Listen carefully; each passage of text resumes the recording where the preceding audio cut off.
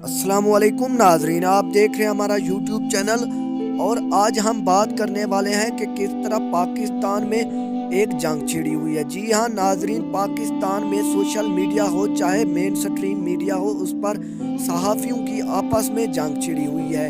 ایک ایسا ہی انٹرویو ہوا جس میں ایک صحافی عورت نے نون لیگ کی تعریفوں کے پل باندھ لیے اور عمران خان کی برائی کرنے لگی اور عمران خان کے لانگ مارچ کے بارے میں یہ کہا یہ تو بس 1000 اور 2000 لوگ لے کر جمع ہو گئے ہیں۔ اس کے بعد جو ہوا وہ دیکھنے والا تھا۔ جی ہاں ناظرین، اگر آپ ہمارے چینل پر نیو ہیں تو ہمارے چینل کو سبسکرائب کریں۔ تو چلتے ہیں نیوز کی جانب۔ اس کے بعد صحافی اطہر کاظمی نے غریدہ فاروقی کی ایسی بولتی بند کی کہ غریدہ فاروقی نے اپنے کانوں پر ہاتھ رکھ لیے، کیونکہ غریدہ فاروقی وہ صحافی ہے جو کہ ایک ان پڑھ سے بھی کم علم رکھتی ہے۔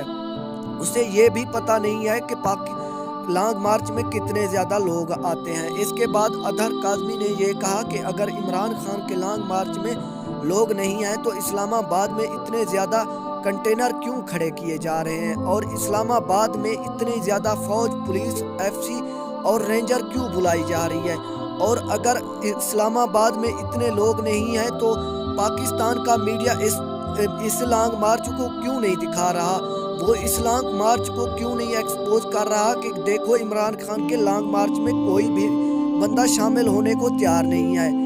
جھوٹ کی ہٹ دھرمی دیکھیں۔ اس کے بعد بھی غریدہ فاروقی بولتی رہیں، لیکن اطہر کاظمی نے ایسی بولتی بند کی کہ اس کی اب 7 نسلیں بھی یاد رکھیں گی۔